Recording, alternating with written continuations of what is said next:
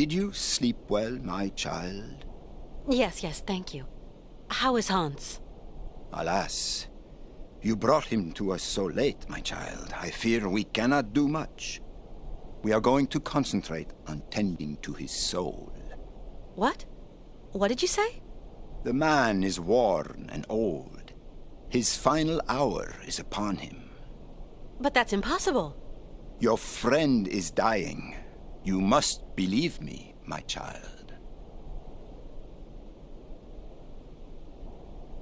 Please take care of Hans, Father, please. Torment yourself no longer, my girl. I will tend to the poor soul. Can I see him? No. I do not advise it. Deranged minds are often too addled by evil, and you could become contaminated by its sly malevolence. Look, contagion doesn't bother me. I've got to talk with him, you understand? The rules, Miss Walker. Remember the rules. No one talks to the sick. I just can't abandon Hans like that. I must see him immediately, you hear? Okay. So be it. Your friend is in the last chamber at the end of the corridor. I beseech thee, my girl, pay no heed to the imprecations of a sick, delirious, dying man. I will wait for you in the chapel when everything is over, for the formalities, you understand.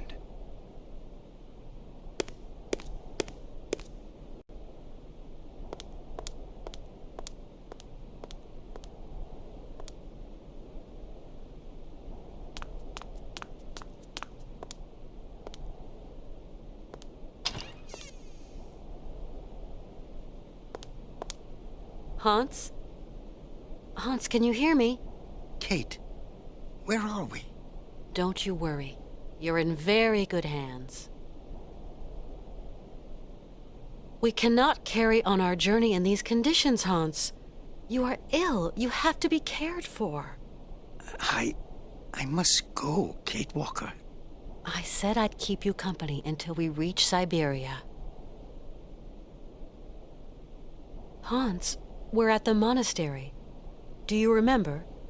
In Valadilen, it is 7:15 p.m. Father is always punctual. He never stays at home. He always goes to the factory.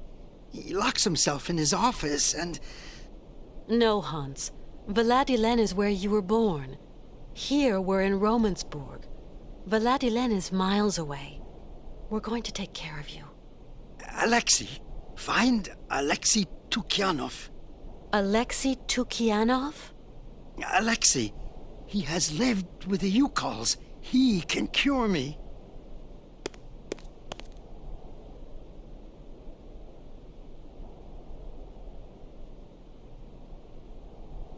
Who is Alexei? An old monk. A friend. He knows about Yukol medicine. Why do you want me to find this monk, Alexei? Alexei, he can treat me. Hans, do try to be reasonable. Nobody here can treat you better than the old Patriarch. Alexei knows Yukol medicine. The old Patriarch is an ass. It seems you rate the Yukols for their medicine. Yukol shaman medicine is very strong. Hans, all that shaman malarkey is nonsense. You know that. The Yukols know a lot of things, Kate Walker. A lot of things. So you really think this monk can cure you? Alexei can cure like the shaman. Shaman are the right doctors for me. I'll be back soon. Okay, Kate.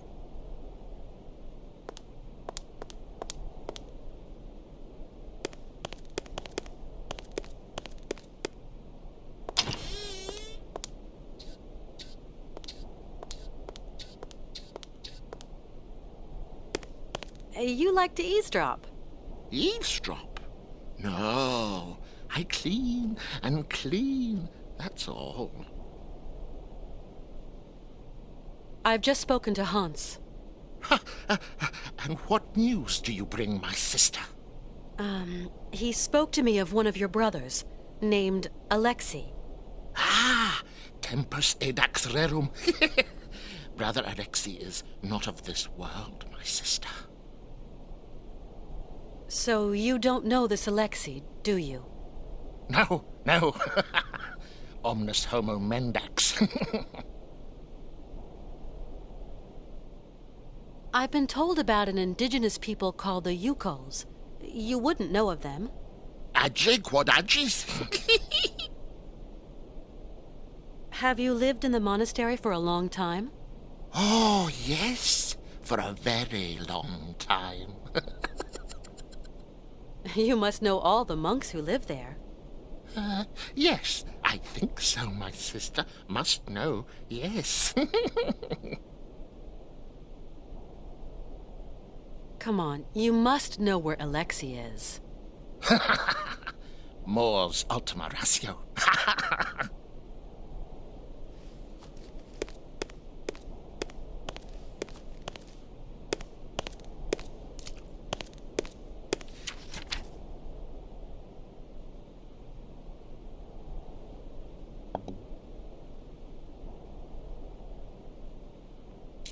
Sister, Alexei was a man of God and my friend. He lived away from the monastery for many years, among the strange Yukol people and their stories of the great mammoths of old that were divine to them. I am no wise monk, far from it, but I have prayed to God long enough to understand that he takes many different forms in the imaginations of men. This might help you. The key is in the light of the mammoth's eye.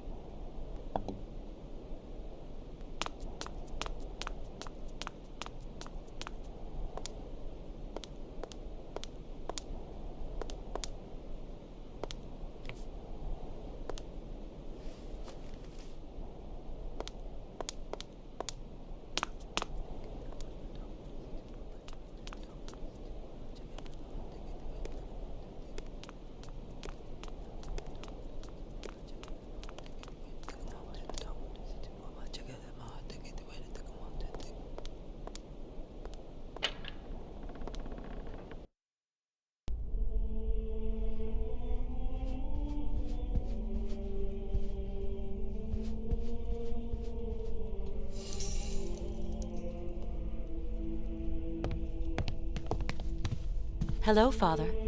Hello, my child. You really can't do anything for Hans?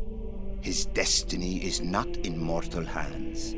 We must pray, dear girl. Pray for his redemption. But Hans has no reason to repent. His fever-driven outpourings are not those of a holy man. Oh, far from it. Hans Varlberg is not a sinner. The pagan fantasies with which he sullies the air in his delirium are those of a heretic. Pray, female, pray to save your friend from the sizzling fires of hell. You're a total crackpot. You're a fanatic. I will talk to Hans, you hear? We absolutely must continue our journey. We must. Don't even think about it, child. Mr. Vorarlberg is in no fit state. Hans Varlberg is going to see his dream come true. You hear me? Wretched girl. His dreams are almost at an end, and there is nothing you can do. I talked to Hans. Yes. He seems better. It is but an illusion, my girl. His mortality is teetering on the brink. I know about these things. He told me about a monk who could help him. And what monk might that be, Miss Walker? A monk who has spent long years with the Yukols, that mysterious tribe from the far north. Your friend is clearly very sick, my poor child. Father, do you know a man named Alexei Tukianov? He was a heretic and charlatan. He is not worth the breath, my girl. It seems Hans Varlberg considers him highly. Your friend must have lost his marbles. But could I just meet the man anyway? No. Alexei Tukianov has left us. A long time ago, Miss Walker. Excuse my insistence, Father, but where might I be able to find Alexei Tukianov? It's very important. Alexei Tukianov is dead, my girl. May his soul rest in peace. May his soul rest in peace! Hans often told me about the mysterious people of the far north, the Yukels.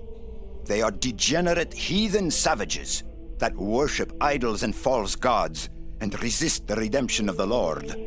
Hans lived among them for a long time. They're like a second family to him. Please, dear girl, do not let yourself succumb to the quaint temptations of those pagans.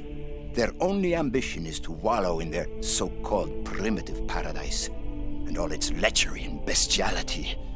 Remember that those who live far from God doom themselves to eternal chastisement. Okay, I think I've heard all I need. I'm off. Go, my child. But weigh the consequences of your actions well.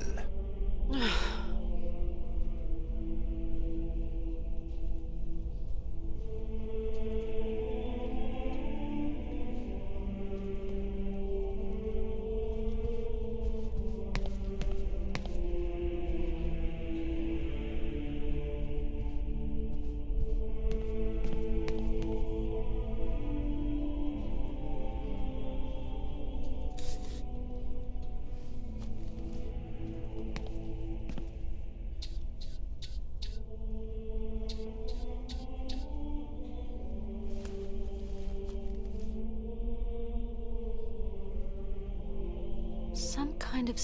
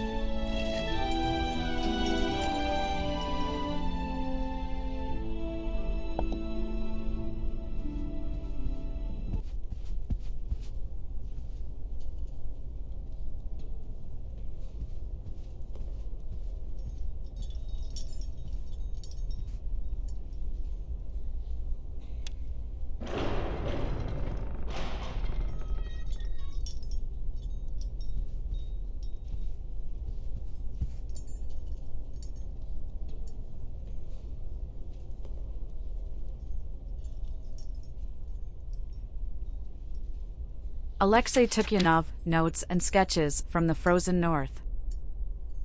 April 15, 1947.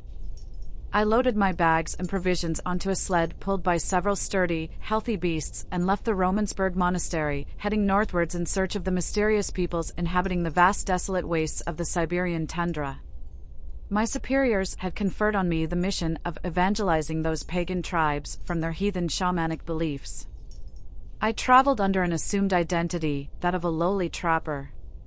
I had to be way of the agents of the state and of the military, for whom any religious activity is suspect. They, for their part, traveled the length and breadth of eastern Siberia, trying to convince the villagers of the debatable benefits of collectivism. It took me several weeks to accustom myself to the unfamiliar harness. I found no dogs in Romansburg and had to make do with yukis purchased from a hunter. The yuki is related to both seals and dogs. In the wild, the yuki lives on river banks. It is an easy capture for the trapper as its gluttony is well documented. In winter, it gorges itself on orange salmon, a prey that it often has to share in the wild with the fierce Siberian bear, another creature very partial to the fish.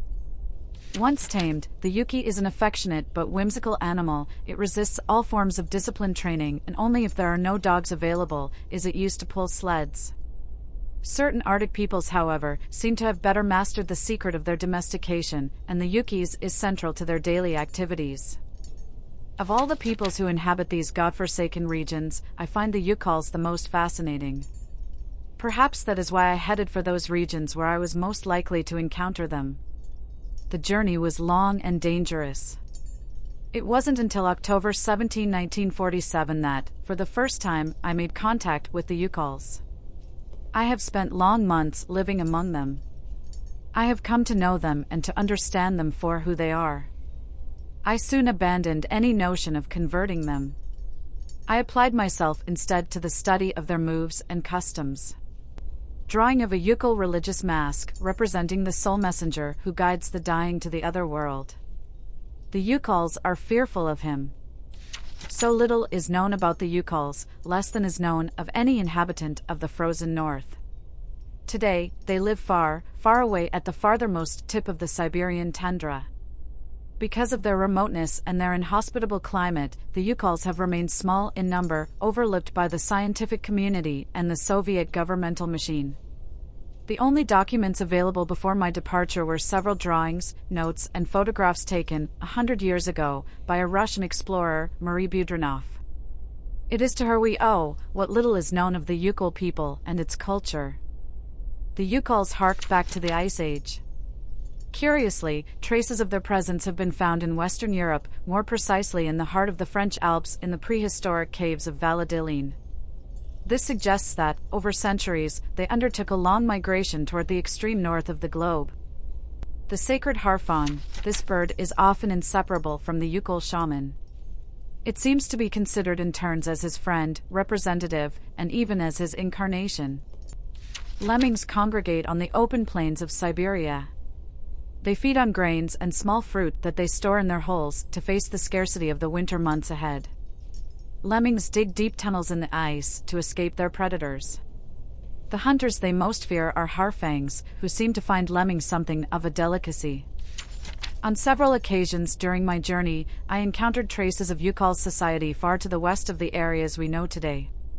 Along forest trails, I discovered small piles of carefully piled stones, altars on which Yukal hunters made ritual offerings to one of their pagan gods. We now know the reason for the Yukal's long migration.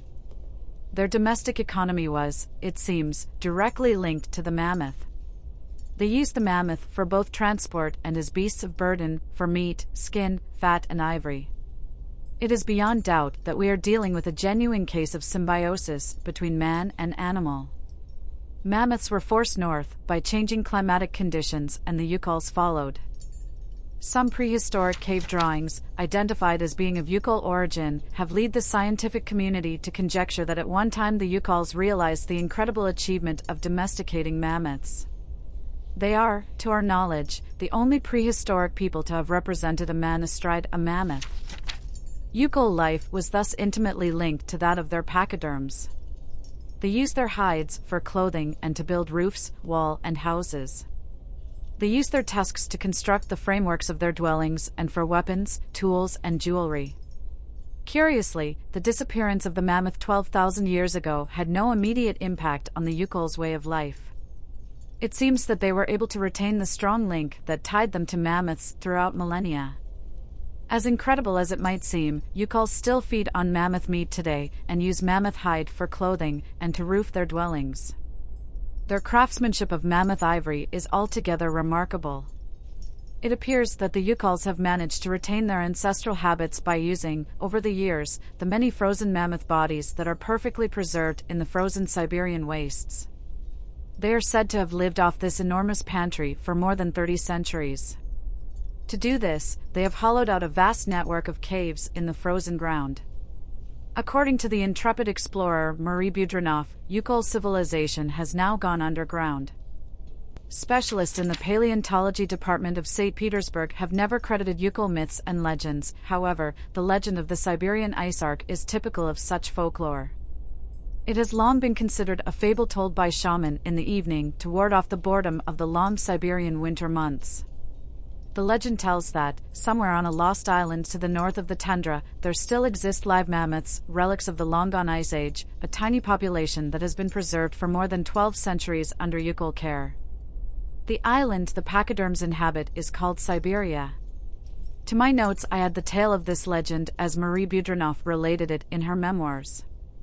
It agrees on all points with statements from Yukols I had the fortune to meet. Although this story constitutes no proof of the existence of the island of Syberia, it forms a tantalizing hypothesis. Bluegrass, Carelia herba, fossilized plant life. When fall arrives, the odor of its flowers is so strong that it is known to awaken hibernating Yuki. Scarlet Bramble, Infernus rubus.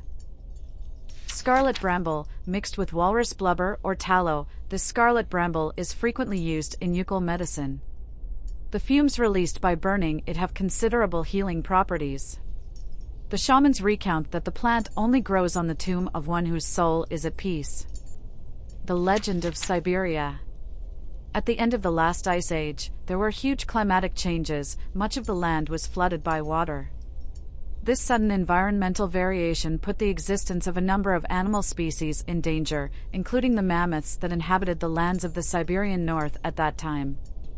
The Yukols, a particularly advanced people for the age, set about the construction of an enormous ark, like that of Noah, with the objective of preserving the mammoths, objects of religious devotion, from extinction. The enormous craft was entirely constructed of mammoth tusks and was loaded with a small herd of beasts and huge quantities of fur. The fate of the ship was entrusted to several particularly courageous members of the Yukol clan. Their mission was to lead the animals toward more welcoming climes. Once such lands were discovered, it was agreed that they would unload the animals and then come back to spread the tidings of their good fortune. It wasn't until 10 years later that the ark returned to its starting place. The Yukols who had remained on the continent were surprised to find the ship empty, but for the perfectly preserved bodies of several mammoths in the ice that packed the bottom of the ship. They took this mysterious offering as a sign from the gods and ate the mammoths in a memorable feast. A week later, carried along by ocean currents, the ark set sail again. Once more, it returned 10 years later, with more frozen mammoths on board. The phenomenon continued for millennia. Every 10 years the ark would reappear, each time filled with immaculately preserved mammoths. The Yukols interpreted the phenomenon as an act of benevolence on the part of the souls of their congeners who had died during the ark's first journey in some infernal maritime cataclysm. They made a religion of the ark with its own rites and customs that was marked by the periodic appearance of the phantom ship and its precious cargo. For centuries, nothing seemed to affect the ark's mysterious roundabout. One day, however, the ark returned earlier than expected and empty. This was 100 years ago. The poor Yukols fell into deep despair. Everything they had believed in and had been the foundation of their culture since the dawn of time lost meaning. The most valiant tried hard to maintain hope, especially because the ark still continued its peregrinations into the unknown, borne away on the seasonal ocean tides. But one morning the ark refused to set sail. Many Yukols then left their village forever, trailing their despair across the tundra. Sometimes they can be encountered in the smoke-filled drinking holes of the last outposts of civilization. These poor sodden souls drown their befuddled minds in alcohol, recounting their unlikely mammoth tales to fellow alcoholics. When the explorer Budronov arrived among the Yukols, she noted the presence of what was once a ship. Only the Yukols could perceive the mythical craft of their legends beneath the layers of ice that had accumulated over centuries. She put forward the hypothesis that the accumulated ice had eventually doubled the volume of the Ark and rendered it incapable of negotiating the dangers posed by floating ice in the Arctic flow. I, Alexei Tukyanov, can confirm that the observations of this audacious adventure are true. The arc that leads to the Isle of Syberia is indeed real, and, even if I have not found the formal proof, I am convinced of this isle's existence and that remnants of a mammoth population may still live there today. Alexei Tukyanov.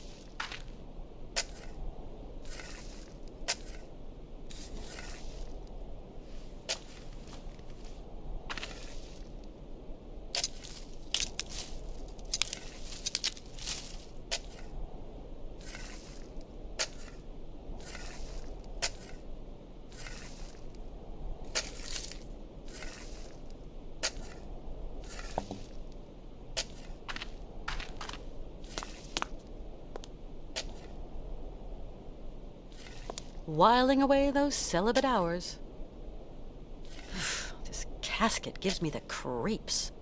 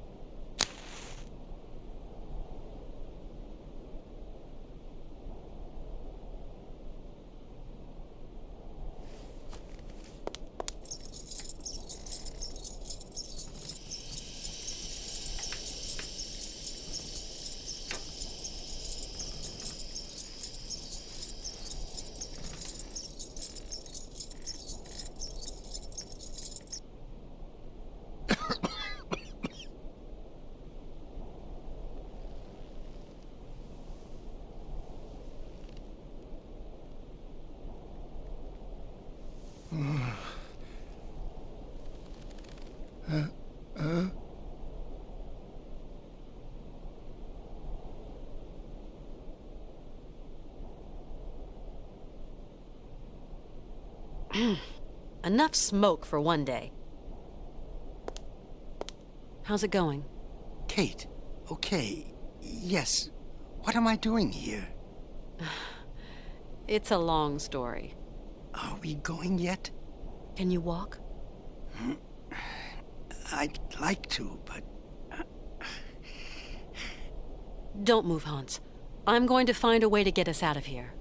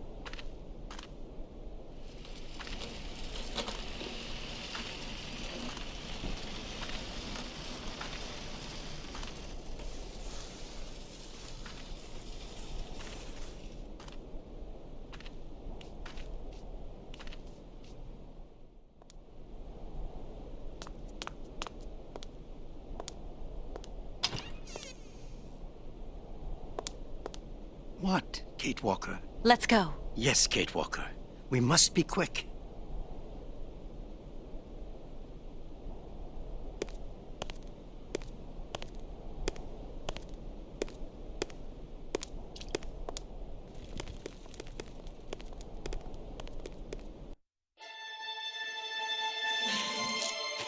No! Do not go! No! You must stay!